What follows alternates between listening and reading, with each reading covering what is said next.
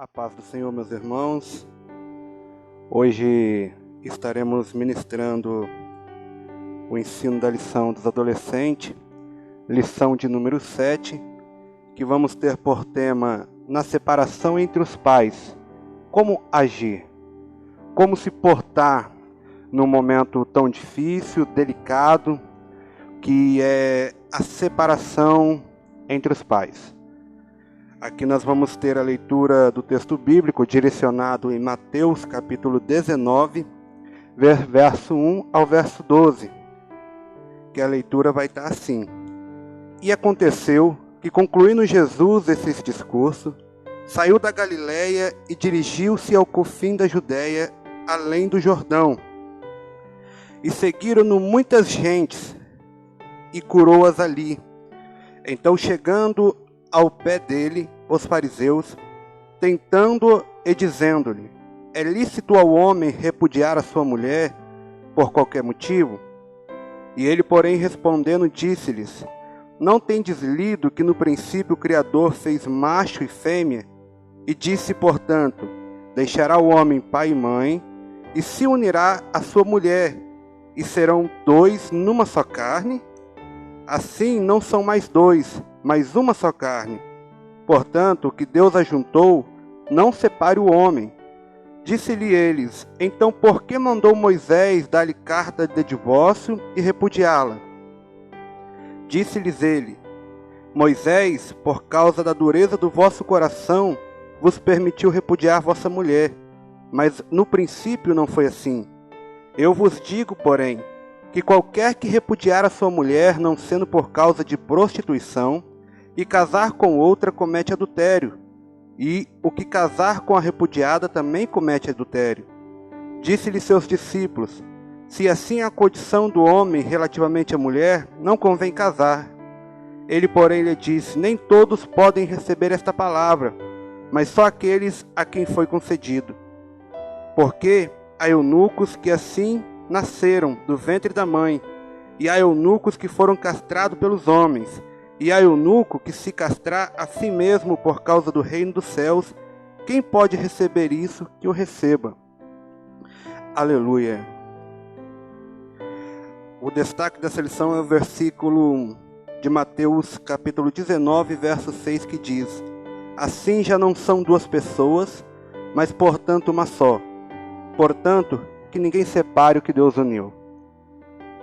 Queridos adolescentes, nós vamos fazer uma breve oração antes de dirigir-se ao ensino dessa lição, para que Deus possa instruir a dar esse ensino, para que Deus possa abrir as nossas mentes, para que possamos nos alimentar desse ensinamento bíblico, para que Deus possa nos dar inspiração para absorver os estudos e saber agir em momentos difíceis da vida como esse. Senhor, te agradecemos por essa oportunidade, Pai, por este momento belo, a qual estamos aqui, Senhor, nos empenhando ao ensino da Tua Escritura.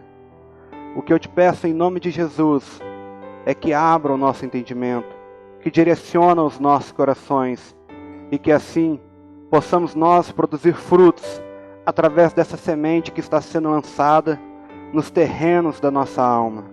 É o que te peço em nome de Jesus. Amém. Queridos e amados irmãos, o tema dessa lição é um tema delicado, um tema complexo. É uma situação que nenhum de nós queríamos viver em nossas vidas, que é a separação dos nossos pais, que é um momento de dor, de tristeza. Mas nós vamos estudar aqui por tópico: como agir, como evitar, como prevenir, como poder ajudar em situações delicadas como essa. O primeiro tópico que nós temos é entendendo a vontade de Deus para a família. Qual é a vontade de Deus para a nossa casa? Qual é a vontade de Deus para o casamento de nosso pai e de nossa mãe? A vontade de Deus, como nós já lemos em Mateus, é que assim desde o princípio, aonde está em Gênesis capítulo de número 2, que Deus fez o homem, que fez a mulher para o homem, e que assim os dois não são dois, mas um só. Ou seja, quando um estiver caído, o outro ajuda, quando o outro estiver fraco, o outro vem fortalecer, para que assim a caminhada não venha ficar tão dolorosa, tão difícil, mas tem alguém para te ajudar, chorar contigo nos momentos de lágrima e se alegrar contigo nos momentos de alegria também. O propósito de Deus para a família é um propósito de bênçãos, é um propósito de abençoar o casamento, abençoar o lar, porque esse é um dos primeiros projetos que nós vamos ver na Bíblia Sagrada, é o projeto do casamento. Nós vamos ver no livro de João, capítulo de número 10, versículo de número 10, que o inimigo ele veio para roubar, matar e destruir, mas Cristo veio para trazer vida e vida com abundância. O propósito de Deus para a família é trazer vida, é trazer alegria, trazer esperança para o nosso lar. Quando nós vemos casamentos destruídos, famílias destruídas através de uma separação entre pai e mãe, a gente vemos que é o propósito do inimigo entrando em ação e não o propósito de Deus. Porque o propósito de Deus é a união e nunca foi separar. Então aqui eu deixo uma reflexão para vocês. Se Deus uniu o homem e a mulher sendo um só, se partirmos um corpo ao meio, como pode o ser humano ter vida após essa separação? E aí nós vemos contemplando que é impossível ter vida. Hoje em dia, um dos maiores índices de depressão, de pessoas que tiram a própria vida, de destruição no mundo, tem sido através da separação. Porque a separação ela traz destruição, ela traz mortificação tanto da alma quanto do corpo humano.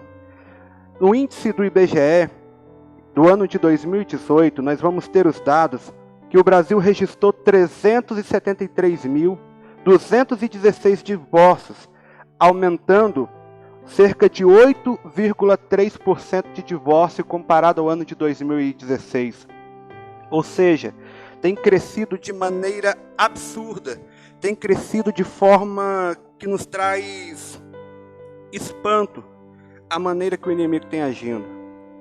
Mas o propósito de Deus não é esse. O propósito de Deus é trazer união, o propósito de Deus é trazer alegria e que isso venha impactar todas as famílias. A vontade de Deus para o casal é que não há separação, mas como pode uma única pessoa viver dividida.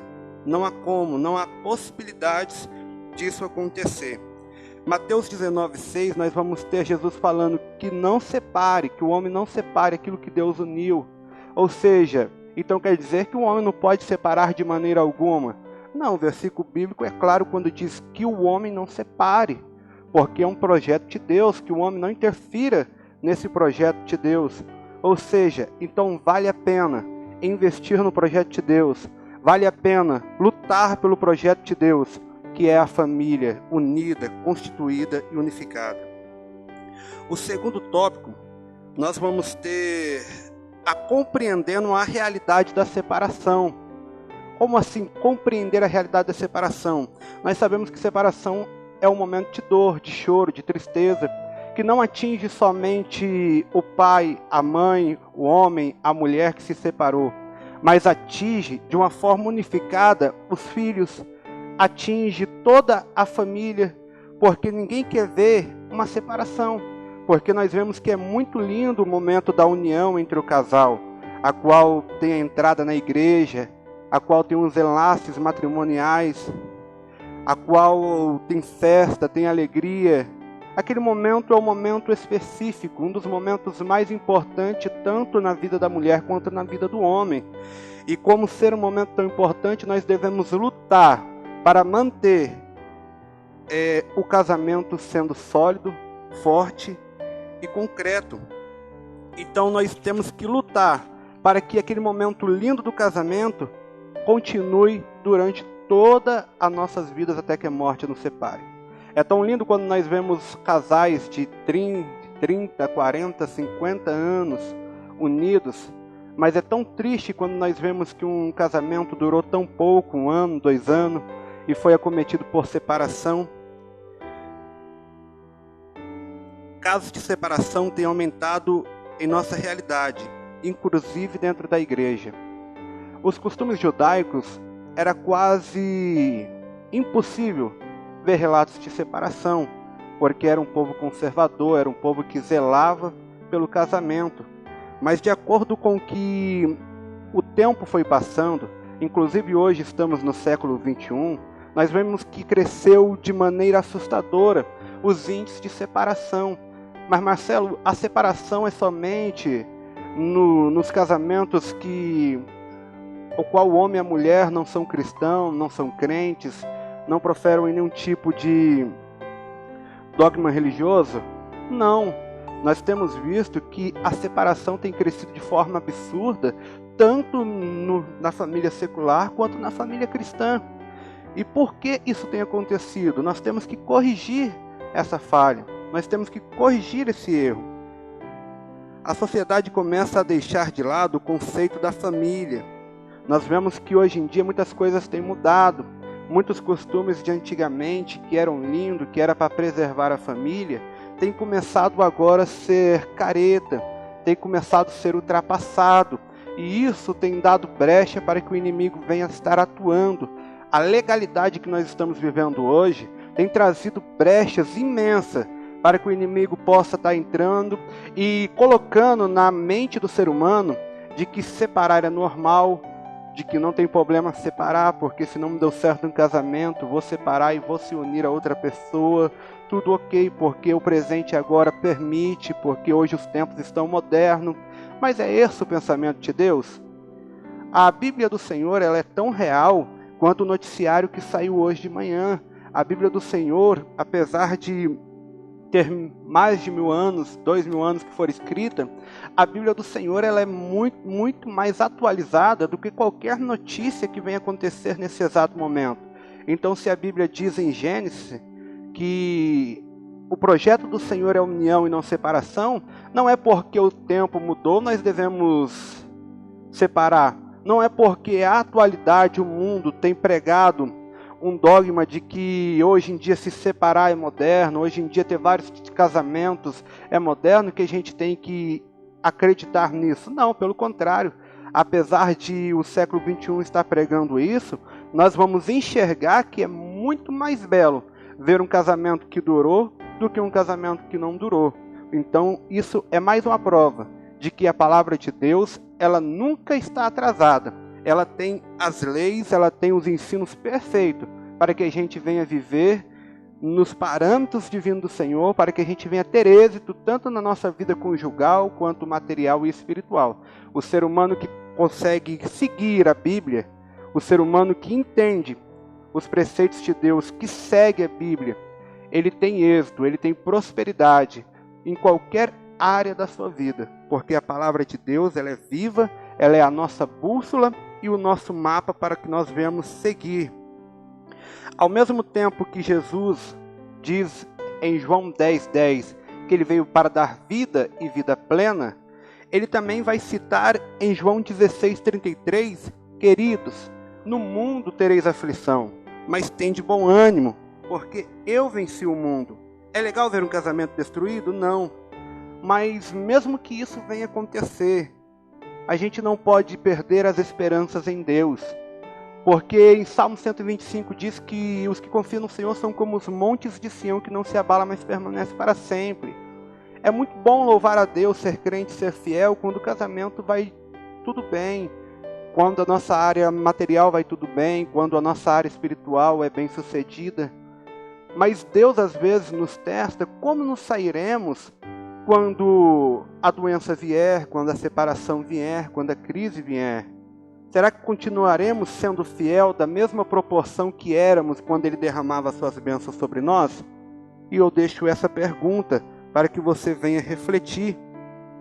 Nós vemos um crescimento de egoísmo, porque hoje a pessoa quando toma uma decisão de separação, às vezes ela toma essa decisão pelo calor do momento, ela não está conseguindo pensar nas pessoas que estão ao redor, não está conseguindo pensar nos seus filhos, no crescimento dos seus filhos, não está conseguindo pensar até mesmo no seu parceiro, no seu próximo, e nem da família que está ao seu redor, que sempre lutou para que a união fosse bem sucedida, para que Deus viesse abençoar grandemente. O que leva à separação? O que vem trazer a separação do ser humano? O que faz um casal que quando se casaram eram apaixonados vir a se separar? Jesus vai dizer em Mateus 19:8 que o que gera isso é a dureza do coração do homem, a qual os discípulos interrogam Jesus e dizem: mas por que Moisés autorizou a carta de divórcio?